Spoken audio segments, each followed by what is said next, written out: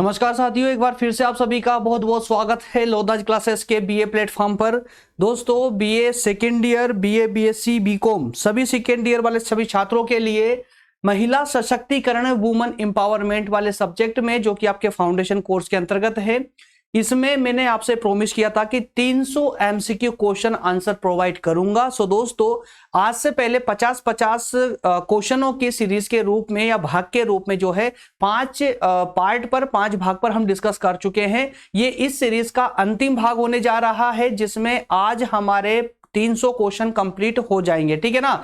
तो आज भाग 6 पर हम डिस्कस करेंगे, जिसमें कि 50 महत्वपूर्ण एमसीक्यू क्वेश्चन आंसरों पर डिस्कस करेंगे, जो महिला सशक्तिकरण वाले सब्जेक्ट के इंपॉर्टेंट क्वेश्चन आंसर होंगे। आइए शुरू करते हैं अपना आज का सेशन। और उम्मीद करता हूं कि इससे पहले जो 5 सेशन हमने लिए हैं, 5 लेक्चर जो लिए हैं, उनको आपने कंसिस्टेंटली देखा होगा और उनमें भी दिए बताए गए 250 प्रश्नोत्तर, उन पर भी अच्छे से तैयारी आप कर चुके होंगे, रिवीजन लगा चुके होंगे। ये अंतिम पार्ट होने जा रहा है, इसी के साथ आपके 300 क्वेश्चन आंसर कंप्लीट हो जाएंगे। दोस्तों, जो नए हैं, पहली बार सेशन को फॉलो कर रहे हैं, उनको बता दूं कि बीए के ऑलमोस्ट सब्जेक्ट हमारे द्वारा निशुल्क रूप से यूट्यूब पर ही आप लोगों को प्रोवाइड किए जा रहे हैं, जहां पर किसी प्रकार का कोई चार्जेस आपसे यूट्यूब पर नहीं लिया जाता है। और सिर्फ लेक्चर ही नहीं बल्कि नोट्स भी आपको प्रोवाइड किए जा रहे हैं, ताकि आप अपने एग्जाम की तैयारी बेहतर तरीके से कर सके। और ये बीए के सभी सब्जेक्टों की तैयारी, या कहें कि बीए के सभी सब्जेक्टों के लिए लेक्चर दोस्तों हम इस प्रकार से लेकर के आते हैं कि अगर आप एमए के स्टूडेंट हैं या अन्य कोई प्रतियोगी परीक्षा वाले स्टूडेंट हैं, जो अपने सब्जेक्ट को यहाँ तैयार कंप्लीट करना चाहते हैं या अपने टॉपिक को कंप्लीट करना चाहते हैं, तो भी आप इजीली और पूरी कंप्लीट तरीके से आप हमारे यहाँ से टॉपिक कंप्लीट कर सकते हैं। आइए शुरू करते हैं अपना आज का सेशन। ठीक है ना। 6 वीडियो, 6 में से 5 वीडियो पर हम डिस्कस कर चुके हैं। आज का ये 6ठा वीडियो हमारा आने वाला है। इसी के साथ में महिला सशक्तिकरण वाला पार्ट कंप्लीट हो जाएगा। लेते हैं आज का पहला प्रश्न। पहला प्रश्न है, निम्नलिखित में से किस रानी ने प्राचीन काल के दौरान चंद्रगुप्त प्रथम के साथ में शासन किया था? पूछा जा रहा है कि किस रानी ने प्राचीन काल के दौरान, अर्थात कि अब चंद्रगुप्त प्रथम की बात आ रही है, तो प्राचीन काल के ही शासक रहे हैं, इनके साथ किस रानी ने शासन किया था? 4 नाम है, कामिनी देवी, रुद्र देवो, या मालव देवी, या कुमार देवी। ये दोस्तों रुद्र देवो नहीं बल्कि रुद्र देवी है। ठीक है ना, रुद्र देवी मिस प्रिंट हो जाता है। क्लियर है? तो कामिनी देवी, रुद्र देवी, मालव देवी या फिर कुमार देवी, इसका राइट ऑप्शन हो जाएगा कुमार देवी। क्या होगा दोस्तों? कुमार देवी। तो कुमार देवी ही वो रानी थी जिन्होंने चंद्रगुप्त प्रथम के साथ में शासन किया था। नेक्स्ट प्रश्न है, the high caste Hindu woman पुस्तक, the high caste Hindu woman पुस्तक के रचयिता कौन है या लेखक कौन है? 4 नाम हैं, अहिल्या देवी, या स्वर्ण कुमारी, या पंडिता रमाबाई, या फिर सरोजिनी नायडू। राइट ऑप्शन होगा दोस्तों पंडिता रमाबाई। जी हां, पंडिता रमाबाई ने ही the high caste Hindu woman पर पुस्तक लिखी थी या रचना की थी। अगला प्रश्न है, दुबाइस इक्वालिटी रिपोर्ट किस वर्ष आई थी? ये रिपोर्ट के नाम दोस्तों बहुत ज्यादा पूछे जाते हैं एग्जाम में, है ना। तो जितनी प्रकार की भी रिपोर्टें आती है ना, उन सभी रिपोर्टों के नाम और उनका वर्ष, प्रथम वर्ष से पहली बार कब लाई गई थी, ये 2 बातें आपको जरूर याद रखना चाहिए। चलिए, इसके शुरुआत कब से की गई थी? 1964 से, या 1974, 1984 या फिर 1954 से? तो दोस्तों इसकी शुरुआत जो है 1974 से की गई थी, इसलिए ऑप्शन बी अर्थात ऑप्शन बा कंप्लीट करेक्ट हो जाएगा। अगला प्रश्न लेते हैं। प्रश्न नंबर 4 है, महिला हेल्पलाइन योजना कब आरंभ की गई? महिला हेल्पलाइन योजना कब से शुरुआत की गई थी इसकी? 2012 से, 2013, 14 या 2015 से? इसका राइट ऑप्शन होगा दोस्तों 2015 से महिला हेल्पलाइन की शुरुआत की गई थी, इसलिए ऑप्शन द करेक्ट हो जाएगा। अगला प्रश्न है, मंगल दिवस योजना किस प्रदेश द्वारा आरंभ की गई? राज्य का नाम आपको बताना है। राजस्थान द्वारा, उत्तर प्रदेश के द्वारा, मध्य प्रदेश या फिर पंजाब के द्वारा? राइट ऑप्शन होगा दोस्तों कि मंगल दिवस योजना जो है मध्य प्रदेश के द्वारा शुरू की गई थी। अगला प्रश्न है, लड़कियों को शिक्षा और उनके कल्याण के लिए कौन सी योजना प्रदान की जाती है?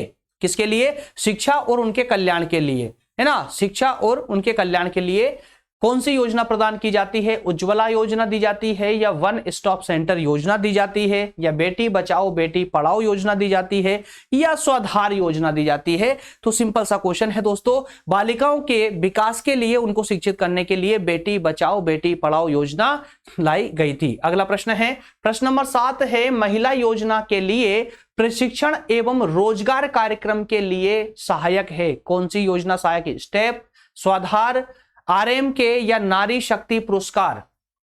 तो मेरे प्यारे दोस्तों, महिलाओं के लिए प्रशिक्षण और रोजगार कार्यक्रम को सपोर्ट करने के लिए स्टेप योजना लाई गई थी। कौन सी? स्टेप योजना, इसलिए ऑप्शन ए करेक्ट हो जाएगा। अगला प्रश्न है, जीजाबाई ने किसको संस्कार दिए? जीजाबाई ने किसको संस्कार दिए थे? शिवाजी को, संभाजी को, शाहजी भोसले को, या इनमें से कोई नहीं? इसका राइट ऑप्शन ए हो जाएगा, शिवाजी को। ठीक है ना, तो जीजाबाई ने शिवाजी को अपने संस्कार प्रदान किए। चांद बीबी ने किस मुगल सम्राट से टक्कर ली थी? चांद बीबी ने किस मुगल सम्राट से टक्कर ली थी? ऑप्शन है हुमायूं से, जहांगीर से, अकबर, या फिर शाहजहां से? राइट ऑप्शन होगा दोस्तों, ऑप्शन सा करेक्ट हो जाएगा, अकबर से। क्लियर है? चलिए अगला प्रश्न लेते हैं।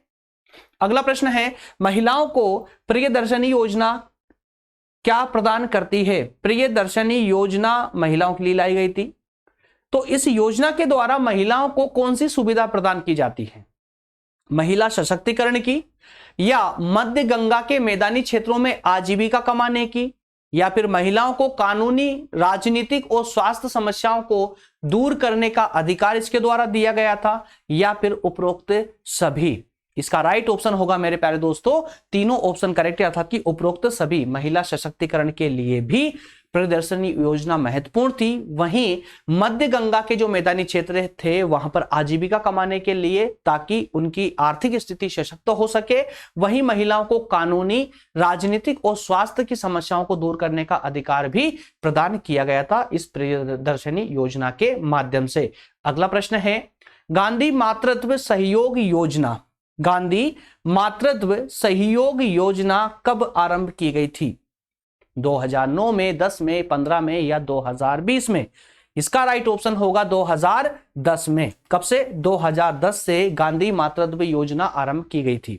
थोड़ा सा कॉमन सेंस का भी प्रयोग करेंगे तो भी दोस्तों यहां पर कई सारे क्वेश्चन ऐसे हैं जो सिर्फ कॉमन सेंस से बन जाते हैं, है ना। चलिए अगला प्रश्न लेते हैं, महिला सशक्तिकरण हेतु राष्ट्रीय मिशन कब आरंभ किया गया था? राष्ट्रीय मिशन की बात की जा रही है, और किस परिप्रेक्ष्य में? महिलाओं के सशक्तिकरण के परिप्रेक्ष्य में। राष्ट्रीय मिशन की शुरुआत कब से की मानी जाती है? 15 अगस्त 2010 से, 15 अगस्त 2011 से, या 15 अक्टूबर 2012, या फिर 15 अक्टूबर 2013? राइट ऑप्शन होगा इसका 15 अगस्त 2011 से। ठीक है ना, 15 अक्टूबर 2011 से राष्ट्रीय मिशन की योजना आरंभ की गई थी। आइए अगला प्रश्न लेते हैं, ग्रामीण महिलाओं के सशक्तिकरण हेतु छात्र स्वयं सेवकों की भागीदारी के माध्यम से कौन सी योजना सामुदायिक भागीदारी को बढ़ावा देती है? फिर से रिपीट कर रहा हूं क्वेश्चन, ग्रामीण महिलाओं के सशक्तिकरण के लिए छात्र स्वयं सेवकों की भागीदारी के द्वारा या माध्यम से कौन सी योजना सामुदायिक भागीदारी को बढ़ावा देती है? ऑप्शन है ई संवाद पोर्टल, नंद घर योजना, या फिर शी वॉक्स पोर्टल, या प्रधानमंत्री महिला सशक्तिकरण केंद्र योजना। इसके लिए ग्रामीण महिलाओं को सशक्त करने के लिए एक ऐसी योजना जिसमें छात्रों की भागीदारी रही है, स्वयंसेवक छात्रों की, है ना। स्वयंसेवक क्यों लगाया जाता है? ताकि उनको कोई किसी प्रकार की कोई सैलरी प्राप्त नहीं होती थी। कौन सी योजना थी दोस्तों? ये प्रधानमंत्री महिला शक्ति केंद्र योजना। क्लियर है? अगला प्रश्न है, विधवा पुनर्विवाह अधिनियम कब पारित किया गया था? विधवा पुनर्विवाह अधिनियम कब पारित किया गया था? ऑप्शन है 1826 में, या फिर 1856 में, या 1876, या 1886? जल्दी से बताइए अगर किसी को भी याद हो तो। विधवा पुनर्विवाह अधिनियम कब लागू किया गया था? 1856 में। कुछ याद आ रहा है क्या? 1856, ठीक है ना। अगला प्रश्न है, किस योजना का उद्देश्य लिंग चयनात्मक गर्भपात को रोकना, बालिकाओं के अस्तित्व एवं सुरक्षा को सुनिश्चित करना तथा बालिकाओं की शिक्षा को सुनिश्चित करना है? कौन सी योजना है जिससे लिंग का परीक्षण करके गर्भपात को रोकने के लिए योजना लाई गई। वहीं बालिकाओं के अस्तित्व व सुरक्षा को सुनिश्चित करने के लिए योजना लाई गई और बालिकाओं की शिक्षा को भी सुनिश्चित करती है। कौन सी योजना है? महिला हेल्पलाइन योजना है, या बेटी बचाओ बेटी पढ़ाओ योजना है, या फिर महिला ई हार्ट है, राजीव गांधी राष्ट्रीय शिशु गृह योजना है। तो दोस्तों महिलाओं की या बालिकाओं की जब बात आती है तो बेटी पढ़ाओ बेटी बचाओ योजना ही सर्वप्रथम आती है। ठीक है ना, इसलिए ऑप्शन कौन सा करेक्ट हो जाएगा? ऑप्शन बा करेक्ट हो जाएगा। अगला प्रश्न है, अगला प्रश्न, प्रधानमंत्री महिला शक्ति केंद्र योजना का उद्देश्य क्या था? प्रधानमंत्री महिला शक्ति केंद्र योजना का उद्देश्य क्या था? बालिकाओं को निशुल्क शिक्षा प्रदान करना, या महिलाओं को जीवन की गुणवत्ता में वृद्धि करना, या फिर वित्तीय स्वतंत्रता सुनिश्चित करना, या कार्यस्थल में यौन उत्पीड़न को रोकना? तो प्रधानमंत्री महिला शक्ति केंद्र जो नाम से जो योजना आई थी दोस्तों, महिला शक्ति केंद्र के नाम से, इसका प्रमुख उद्देश्य था महिलाओं के जीवन में अर्थात उनके जीवन स्तर में बढ़ोतरी करना, गुणवत्ता में वृद्धि करना, उनके जीवन स्तर को उच्च बनाना, है ना। इसलिए ऑप्शन बी करेक्ट हो जाएगा।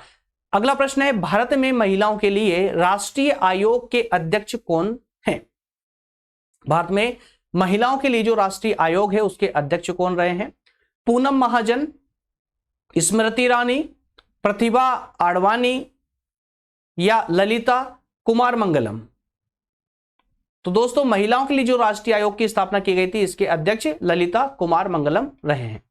ठीक है, अगला प्रश्न है, बेबी मांझी यामेदा, एक केस है दोस्तों, एक विवाद है, एक वाद आया था। बेबी मांझी यामेदा बनाम भारत संघ, गूगल भी करेंगे तो भी आपको आसानी से पूरा मामला पढ़ने को मिल जाएगा। तो बेबी मांझी बनाम भारत संघ मामला किस बारे में रहा है? किस बारे में? बाल विवाह से संबंधित था, सरोगेसी से संबंधित था, व्यभिचार से या बलात्कार से? तो बेबी मांझी बनाम भारत संघ मामला जो चला था सुप्रीम कोर्ट में वो सरोगेसी से संबंधित था। किससे? सरोगेसी से संबंधित था। क्लियर है? चलिए अगला प्रश्न है, कौन सा वह अधिनियम समान काम के लिए पुरुष और महिलाओं को समान मजदूरी का प्रावधान करता है? समान कार्य के लिए समान वेतन का प्रावधान महिला और पुरुषों के लिए कौन सा करता है दोस्तों? हिंदू उत्तराधिकारी अधिनियम करता है, या समान पारिश्रमिक अधिनियम करता है, या समान मजदूरी अधिनियम करता है, या समान वेतन अधिनियम करता है? तो महिला और पुरुषों के लिए समान काम के लिए समान वेतन, एक जैसे कार्य के लिए एक जैसे वेतन का प्रावधान समान पारिश्रमिक अधिनियम के द्वारा किया गया था, अर्थात ऑप्शन बा करेक्ट हो जाएगा। अगला प्रश्न है, सुकन्या समृद्धि योजना, सुकन्या समृद्धि योजना कब की शुरुआत कब से की गई थी? 2012 से, 13 से, 14 से या 15 से? तो सुकन्या समृद्धि योजना की शुरुआत 2015 से की गई थी। अगला प्रश्न है, महिलाओं के लिए ई लर्निंग मॉड्यूल एवं कौशल विकास के माध्यम से सीखने के वातावरण में वृद्धि करना किस योजना का उद्देश्य रहा है? कौन सी योजना का? नंद घर योजना का, राष्ट्रीय महिला कोष का, या महिला ई हार्ट का, या प्रधानमंत्री उज्ज्वला योजना का? तो दोस्तों ई लर्निंग मॉड्यूल और कौशल विकास के माध्यम से सिखाने का वातावरण डेवलप करने के लिए नंद घर योजना का इसमें विशेष प्रावधान रहा था, विशेष सहयोग रहा था, इसलिए ऑप्शन ए करेक्ट हो जाएगा। अगला प्रश्न लेते हैं। अगला प्रश्न है, प्रधानमंत्री वंदना योजना का क्या कार्य है? वंदना योजना ना, प्रधानमंत्री वंदना योजना उद्देश्य क्या रहा है, क्या कार्य है इसका? मानव तस्करी को रोकने में सहायता करना, या फिर गर्भवती महिलाओं के लिए सुरक्षित प्रसव और अच्छे पोषण को सुनिश्चित करती है, या फिर किसी भी यौन उत्पीड़न के लिए आपात स्थिति में याचना सुनती है, या युवतियों को रोजगार उपलब्ध कराने में सहायता करती है? दोस्तों प्रधानमंत्री वंदना योजना का प्रमुख जो कार्य रहा है वो रहा है गर्भवती महिलाओं के लिए सुरक्षित प्रसव की व्यवस्था करे और साथ में एक अच्छे पोषण को सुनिश्चित करती हो। क्लियर है? इसलिए ऑप्शन कौन सा? बी करेक्ट हो जाएगा। अगला क्वेश्चन है, अगला प्रश्न है, किसी भी योजना कौन सी योजना, माफ करना, कौन सी योजना 15 अगस्त 2011 को आरंभ की गई थी? 4 योजनाओं के नाम है, इन योजनाओं में बताना कि 15 अगस्त 2011 को कौन सी योजना की शुरुआत की गई थी? नंद घर योजना की, राष्ट्रीय महिला कोष की, ये कौन नहीं है, कोष है दोस्तों, है ना, कोष है ये, राष्ट्रीय महिला कोष की, महिला ई हार्ट की, या राष्ट्रीय महिला सशक्तिकरण मिशन की? तो 15 अगस्त 2011 को राष्ट्रीय महिला सशक्तिकरण मिशन की शुरुआत की गई थी। अगला प्रश्न है, वर्ष 1996 में पारिवारिक महिला लोक अदालत कार्यक्रम के द्वारा किसके द्वारा आरंभ किया गया था? पारिवारिक महिला लोक अदालत कार्यक्रम किसने प्रारंभ किया था, किसके द्वारा प्रारंभ किया गया था? ST/SC आयोग के द्वारा, या राष्ट्रीय महिला आयोग के द्वारा, या मानवाधिकार आयोग, या राष्ट्रीय विधि आयोग के द्वारा? तो दोस्तों 1996 में पारिवारिक महिला लोक अदालत कार्यक्रम की शुरुआत जो की गई थी वो राष्ट्रीय महिला आयोग के द्वारा इसकी शुरुआत की गई थी। अगला प्रश्न है, सर्व शिक्षा अभियान लाने के पीछे क्या कारण रहा है? सर्व शिक्षा अभियान क्यों आरंभ किया गया था? क्या कारण था इसके पीछे लाने का? प्रारंभिक शिक्षा को सार्वभौमिकरण करना या सार्वभौमिक बनाना, या फिर शिक्षा के क्षेत्र में सभी लिंग एवं सामाजिक अंतर को भरना, अर्थात कि कंप्लीटली भेदभाव को मिटाना, लिंग भेदभाव को मिटाना, है ना? या फिर इसके अलावा कमजोर वर्गों के लिए शिक्षा की व्यवस्था करने के लिए, या सभी के लिए शिक्षा? तो इसका राइट ऑप्शन होगा सार्वभौमिकीकरण करना। किसका? शिक्षा का सार्वभौमिकीकरण, मतलब कि देश के प्रत्येक कोने के प्रत्येक व्यक्ति तक शिक्षा पहुंचाना ही सार्वभौमिकरण कहलाता है। तो सर्व शिक्षा अभियान का प्रमुख उद्देश्य ही था शिक्षा का सार्वभौमिकरण करना। अगला प्रश्न लेते हैं, सुकन्या समृद्धि योजना के अंतर्गत खाते में कितने वर्ष तक जमा किया जा सकता है? सुकन्या समृद्धि योजना के अंतर्गत जमा करने का कितना वर्ष, कितना टाइम ड्यूरेशन क्या है? 10 वर्ष है, 12 है, 15 या 21 वर्ष? इसका राइट ऑप्शन होगा 15 वर्ष। ठीक है ना, 15 वर्ष। किसी भी विशिष्ट कार्य के लिए न्यूनतम मजदूरी कर्मचारी के लिंग पर निर्भर होगी, या फिर कार्य की प्रकृति और लिंग दोनों पर निर्भर होगी, या यदि कार्य समान है तो लिंग से स्वाधीनता। अगर कार्य समान है, ध्यान दीजिएगा, अगर कार्य समान है तो लिंग से स्वाधीनता मतलब ये कि स्त्री हो या पुरुष हो, कार्य समान है तो वेतन भी समान होगा। ऐसा नहीं है कि पुरुष को एक ही कार्य के लिए, उसी कार्य के लिए पुरुष को अधिक वेतन दिया जाता हो और महिलाओं को कम दिया जाता हो, ऐसा नहीं होगा। अगर कार्य समान है तो लिंग से, अर्थात कि भेदभाव नहीं किया जाएगा, भेदभाव से स्वतंत्रता होगी, स्वाधीनता होगी। इसलिए ऑप्शन इसका सा ही करेक्ट हो जाएगा, ऑप्शन सा करेक्ट हो जाएगा। क्लियर है? अगला प्रश्न लेते हैं। अगला प्रश्न है, सुकन्या समृद्धि योजना के अंतर्गत सरकार ने खाते के लिए न्यूनतम वार्षिक जमा आवश्यकता को पूर्व के 1000 रुपए से कम करके कितना कर दिया है? सुकन्या समृद्धि योजना के अंतर्गत सरकार ने खाते के लिए न्यूनतम वार्षिक जमा, है ना, न्यूनतम वार्षिक जमा जो 1000 रुपए डिसाइड किए गए थे पहले, उनको कम करके कितना कर दिया है? 250, 400, 350 या 500 रुपए? तो 250 रुपए कर दिए, सभी को पता है ना। अगला प्रश्न है, एक प्राकृतिक या कानूनी अभिभावक सुकन्या समृद्धि योजना के अंतर्गत, एक प्राकृतिक या कानूनी अभिभावक, प्राकृतिक कौन होंगे? माता पिता, मतलब पेरेंट्स होंगे। कानूनी अभिभावक जिनके पेरेंट्स नहीं है, जिन बच्चों के, है ना, जिन बच्चों के पेरेंट्स नहीं है और जो अभी जो है यंग नहीं हुए हैं, तो उनके लिए, मेच्योर नहीं है, तो उनके लिए जो है एक कानूनी तौर पर अभिभावक रखे जाते हैं, है ना, गार्जियन जिनको बोला जाता है। तो यहां कहा जा रहा है कि एक प्राकृतिक या कानूनी जो अभिभावक होते हैं, जो पालक होते हैं, वो सुकन्या समृद्धि योजना के अंतर्गत अपनी बालिकाओं के लिए अधिकतम कितने खाते खोल सकता है? 1, 2 बालिकाओं की संख्या के समान, या 3? तो इसका राइट ऑप्शन होगा 3 खाते खोले जा सकते हैं। ठीक है ना, पेरेंट्स के द्वारा अपनी बालिकाओं के लिए 3 खाते खोले जा सकते हैं। अगला प्रश्न है, सती प्रथा को किस वर्ष कानूनी रूप से समाप्त कर दिया गया था? सती प्रथा का पूछा है दोस्तों, जो राजा राम मोहन राय के द्वारा खत्म किया गया था, किस वर्ष कानून बना करके उसको समाप्त किया गया था? 1826 में, 27 में, 28 में या 29 में? मेरे ख्याल से आप सभी को ये डेट जरूर याद होगी, है ना, बताने की आवश्यकता नहीं होगी इसमें। अगला प्रश्न है, विधवा पुनर्विवाह अधिनियम किसने पारित किया था? लॉर्ड डलहौजी ने। विधवा पुनर्विवाह की बात हो रही है यहां पर। विधवा पुनर्विवाह अधिनियम किसने पारित करवाया था? लॉर्ड डलहौजी, लॉर्ड कर्जन ने, रिपन ने या इरविन ने? इतिहास तो पढ़ा होगा आप लोगों ने, 10th में भी पढ़ा है, 12th में भी पढ़ा है ना। तो लॉर्ड डलहौजी ने ही विधवा पुनर्विवाह अधिनियम पारित करवाया था। ठीक है, ऑप्शन ए करेक्ट हो जाएगा। अगला प्रश्न है, विधवा पुनर्विवाह के प्रचार प्रसार की पहल करने वाले समाज सुधारक थे। विधवा पुनर्विवाह के, देखिए, विधवा पुनर्विवाह लाना हो या सती प्रथा निषेध अधिनियम लाना हो, ये सरकार अपने आप लेकर नहीं आई थी, बल्कि भारतीय विद्वानों के द्वारा, भारतीय विचारकों के द्वारा, भारतीय क्रांतिकारियों के द्वारा अथक प्रयास किए गए थे। उसके बाद ही सरकार के द्वारा इस क्षेत्र में कदम उठाया गया था, है ना। जैसे राजा राम मोहन राय के प्रयासों के बाद ही ब्रिटिश सरकार ने सती प्रथा निषेध अधिनियम को लागू किया था 1928 में। उसी प्रकार से विधवा पुनर्विवाह भी दोस्तों लॉर्ड डलहौजी के द्वारा अपने आप ही लागू नहीं किया गया था, बल्कि भारतीय विद्वान जैसे कि ईश्वर चंद्र विद्यासागर के प्रयासों से ही विधवा पुनर्विवाह की जो है कानून बना करके उसको लागू किया गया था। किसके द्वारा, किसके सहयोग से? ईश्वर चंद्र विद्यासागर के प्रयासों से। ठीक है ना।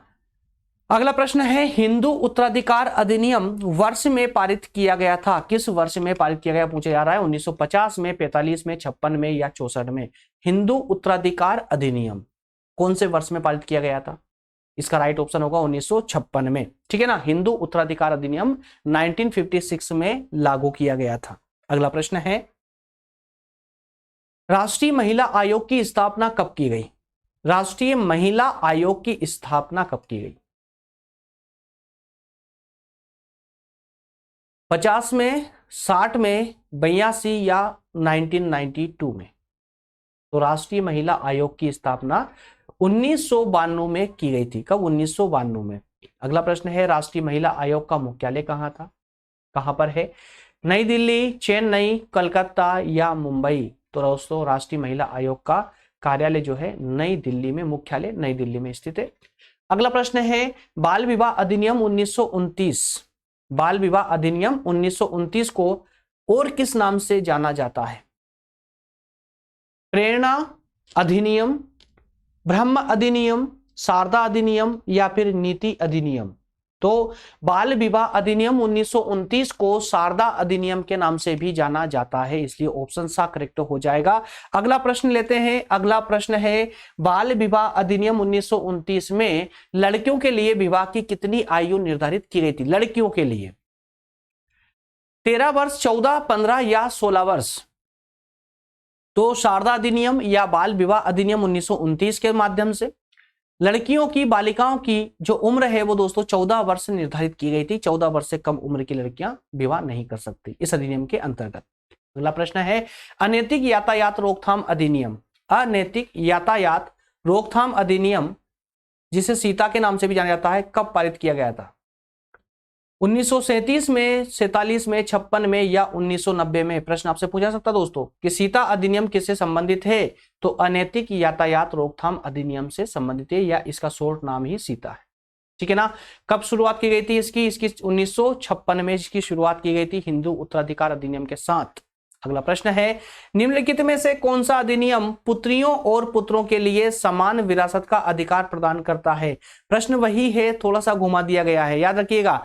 कौन सा अधिनियम है जो पुत्र और पुत्रियों के लिए समान संपत्ति में अधिकार की घोषणा करता है, अधिकार का अधिकार देता है, समान, है ना, अपने उत्तराधिकार में, अपने उत्तराधिकार का अधिकार देता है, संपत्ति में अपने भागीदारी का अधिकार देता है पुत्र और पुत्रियों को समान रूप से? हिंदू उत्तराधिकार अधिनियम 1958 देता है, या सहमति की आयु अधिनियम 1978, या सीता अधिनियम या शारदा अधिनियम? तो मेरे प्यारे दोस्तों इसका राइट ऑप्शन ए होगा।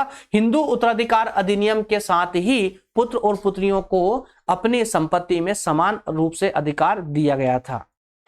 अगला प्रश्न होगा, राष्ट्रीय महिला आयोग की पहली अध्यक्ष कौन रही है?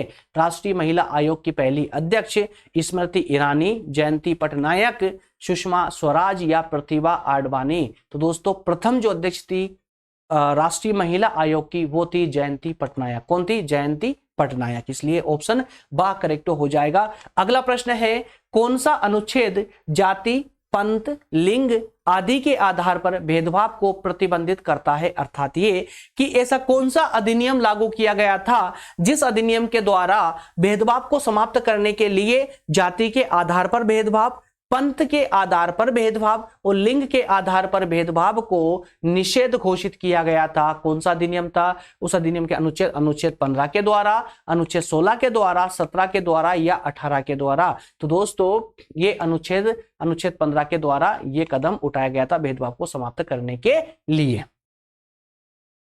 ठीक है ना? तो अनुच्छेद 15 में भारतीय संविधान के भाग 3 के अनुच्छेद 15 में यह प्रावधान किया गया, याद रखिएगा, है ना। चलिए अगला प्रश्न है, भारत के संविधान के किस अनुच्छेद में सामान्य कार्य के लिए समान वेतन सुनिश्चित किया गया है? तो इसके लिए सिर्फ हिंदू उत्तराधिकार अधिनियम ही नहीं और समान पारिश्रमिक अधिनियम ही नहीं, बल्कि संविधान में भी यह प्रावधान किया गया था, समान कार्य के लिए समान वेतन की व्यवस्था जो है संविधान में भी की गई थी। बताना आपको यह है कि कौन से अनुच्छेद में की गई थी। तो अनुच्छेद 32 में, 36 में, 39 में या 44 में। तो राइट ऑप्शन होगा दोस्तों इसका अनुच्छेद 39, आर्टिकल 39 में यह व्यवस्था अर्थात कि समान कार्य के लिए समान वेतन की व्यवस्था की गई थी। अगला प्रश्न है, भारतीय संविधान के अंतर्गत अस्पृश्यता का अंत किस अनुच्छेद के द्वारा किया गया? अगर आपका पॉलिटिकल साइंस है फर्स्ट ईयर में अगर आपका पॉलिटिकल साइंस था और उसमें अगर आपका भारतीय संविधान था फर्स्ट पार्ट में, या कभी आपने भारतीय संविधान का भाग 3 पढ़ा है मूल अधिकार वाला, एग्जैक्टली आपको यह सब पता होना चाहिए। अस्पृश्यता का अंत किस अनुच्छेद में किया गया था? अनुच्छेद 17 में, अनुच्छेद 202 में, अनुच्छेद 143 या अनुच्छेद 27 में। दोस्तों इसका राइट ऑप्शन होगा अनुच्छेद 17 में। अनुच्छेद 17 में ही अस्पृश्यता से छुटकारा दिया गया था संविधान के आर्टिकल 17 के द्वारा। अगला प्रश्न है, कार्यस्थल पर यौन उत्पीड़न रोकथाम निषेध एवं निवारण अधिनियम 2013 किस पर लागू होता है? ये ब्रैकेट उल्टा लग गया, एक्चुअल में ऐसा है ना। तो कार्यस्थल पर यौन उत्पीड़न रोकथाम अधिनियम 2013 किस पर लागू होता है? किस पर होगा? महिलाओं पर होगा, पुरुषों पर होगा, महिला पुरुष दोनों पर होगा, या उपरोक्त में से कोई नहीं? तो दोस्तों आप सभी जानते हैं ना, कार्यस्थल पर यौन उत्पीड़न रोकथाम निषेध जो अधिनियम लागू किया गया था 2013 में, ये महिलाओं पर लागू होता है ना, महिलाओं पर। अगला प्रश्न, महिलाओं को प्रोटेक्ट किया गया था इसके माध्यम से ना। कार्यस्थल पर यौन उत्पीड़न रोकथाम निषेध निवारण अधिनियम 2013 किस पर लागू होता है? इस पर लागू होता है, देखिए यहाँ पर इस प्रकार से भी पूछा सकता है, केवल संगठित क्षेत्र में ही लागू होगा ये, या असंगठित क्षेत्र में, या संगठित असंगठित क्षेत्र सभी जगह? इस अधिनियम में व्यवस्था की गई है कि कार्यस्थल पर चाहे फिर वो संगठित क्षेत्र का कार्यस्थल हो या असंगठित क्षेत्र का कार्यस्थल हो, महिलाओं के साथ किसी प्रकार की कोई उत्पीड़न का कार्य नहीं संभव नहीं है, या जीरो टॉलरेंस होगा इसको लेकर के, है ना। तो 2013 में यह व्यवस्था की गई थी संगठित और असंगठित क्षेत्र दोनों के लिए। ठीक है, अगला प्रश्न है, लास्ट 5 प्रश्न और बचे हुए हैं, जल्दी से लगा लेते हैं उनको भी। यौन उत्पीड़न की शिकायतों के निवारण के लिए एक समिति बनाने का नियम है और उस समिति को क्या कहा जाता है, ये पूछा जा रहा है ना। तो यौन उत्पीड़न की जो शिकायतें हैं उन शिकायतों को निपटारा करने के लिए समिति बनाई गई। उस समिति को क्या कहते हैं? आंतरिक शिकायत समिति कहा जाता है, महिला प्रकोष्ठ समिति कहा जाता है, या स्थानीय शिकायत समिति, या उपरोक्त में से कोई नहीं? तो दोस्तों इसका राइट ऑप्शन होगा आंतरिक शिकायत समिति के नाम से इन समितियों को जाना जाता है। अगला प्रश्न है, दहेज प्रतिषेध अधिनियम 1961 के अनुसार दहेज लेने या दहेज देने या मांगने या स्वीकार करने पर क्या दंड दिया जाता है? दहेज निषेध अधिनियम आया कब? 1961 में। उस अधिनियम के द्वारा दहेज लेने में, देने में, मांगने में या दहेज को किसी भी रूप में स्वीकार करने पर किस दंड का प्रावधान किया गया था? 5,000 रुपए तक का जुर्माना किया गया था, या 3 महीने तक की कैद और 1,000 रुपए का जुर्माना किया गया था, या 6 महीने की कैद और 5,000 रुपए का जुर्माना किया गया था, तो और या 1 वर्ष की कैद या 10,000 रुपए जुर्माना किया गया था। दोस्तों इसका राइट ऑप्शन सा हो जाएगा 6 महीने की कैद या 5,000 रुपए का जुर्माना। अगला प्रश्न है, आईपीसी की धारा 304B के अनुसार किस महिला के विवाह के कितने वर्ष के भीतर असामान्य परिस्थितियों में मृत्यु हो जाती है तो इसे दहेज मृत्यु कहा जा सकता है? फिर से रिपीट कर रहा हूं, क्वेश्चन बहुत इंपॉर्टेंट है, पढ़िए ध्यान से पढ़िएगा। आईपीसी की धारा 304B में एक प्रावधान किया गया है कि महिलाओं की विवाह के कुछ वर्षों के भीतर महिला का विवाह हुआ, विवाह के कुछ वर्षों के भीतर अगर असामान्य परिस्थितियों में अगर उसकी मृत्यु हो जाती है, असामान्य परिस्थितियों में मतलब कि असमय मृत्यु हो जाती है ना, तो उसे दहेज मृत्यु का नाम दिया जा सकता है। कितने वर्ष, तो पूछे जा रहा है कि कितने वर्ष के अंदर अंदर, महिला की शादी के 5 वर्ष के अंदर, 6 वर्ष के, 7 या 8 वर्ष के अंदर। इसका राइट ऑप्शन होगा दोस्तों 7 वर्ष के अंदर। ठीक है ना। चलिए नेक्स्ट प्रश्न है, अगला प्रश्न है, यदि किसी महिला की गर्भावस्था पहली तिमाही 12 सप्ताह के भीतर होती है तो गर्भावस्था के चिकित्सीय समापन एमटीपी के लिए स्थानीय सिविल कोर्ट से अनुमति आवश्यक है, या फिर एक डॉक्टर की राय लेना आवश्यक है, या 2 डॉक्टरों की राय लेना आवश्यक है, या फिर 2 से अधिक डॉक्टरों वाले मेडिकल बोर्ड की राय लेना आवश्यक होगी। तो अगर गर्भावस्था की पहली तिमाही की बात हो रही है, पहली तिमाही मतलब कि 12 सप्ताह के अंदर, 12 सप्ताह के अंदर अगर गर्भावस्था के लिए अगर चिकित्सीय समापन की बात करनी है तो एक डॉक्टर की सलाह भी जो है पर्याप्त है या आवश्यक है, सब हो सकते हैं। ठीक है ना, इसलिए ऑप्शन बा करेक्ट हो जाएगा। प्रश्न है, यदि किसी महिला का गर्भावस्था 12 सप्ताह से अधिक और 20 सप्ताह तक होती है तो गर्भावस्था के चिकित्सीय समापन के लिए एक डॉक्टर की राय आवश्यक है या 2 डॉक्टर की राय आवश्यक होगी इसमें, है ना। लिखित में ऐसा नहीं है, लिखित में राय जरूरी है। ठीक है ना, तो ऑप्शन इसका बा करेक्ट हो जाएगा। इसी के साथ हमारा महिला सशक्तिकरण वाला पार्ट होता है दोस्तों कंप्लीट। उम्मीद करता हूं ये 6 लेक्चर वाली सीरीज आपको पसंद भी आई होगी और आपके लिए काफी हेल्पफुल होगी। और हेल्पफुल कितनी होगी ये तो आपको एग्जाम के बाद ही समझ आएगा, क्योंकि ये मेरा अनुभव रहा है। मैंने आपको ऐसे प्रश्न दिए महिला सशक्तिकरण के अंदर जो आपकी पुस्तकों में भी नजर नहीं आएंगे। कुल मिलाकर के मैंने इसमें सब कुछ समेटने का प्रयास किया है। महिला सशक्तिकरण के जिस कोने में जिस क्षेत्र, प्रत्येक क्षेत्र को मैंने टच करते हुए इसके प्रश्न उत्तर को लेकर के आया हूं। 300 प्रश्न क्वेश्चन आंसर जो मैंने आपको दिए हैं ये बहुत इंपॉर्टेंट है दोस्तों। और इसको करने के बाद चाहे आपके इससे BA, BSc या BCom ही नहीं, बल्कि अगर आप किसी कॉम्पिटिटिव एग्जाम की भी तैयारी कर रहे हैं तो भी आप आसानी से अपने एग्जाम को क्रैक कर सकते हैं इस 6 लेक्चर की सीरीज के माध्यम से। मिलेंगे अब किसी और सीरीज में, अगली सीरीज में, और अगली सीरीज संभवतः हमारी होगी उद्यमिता विकास की।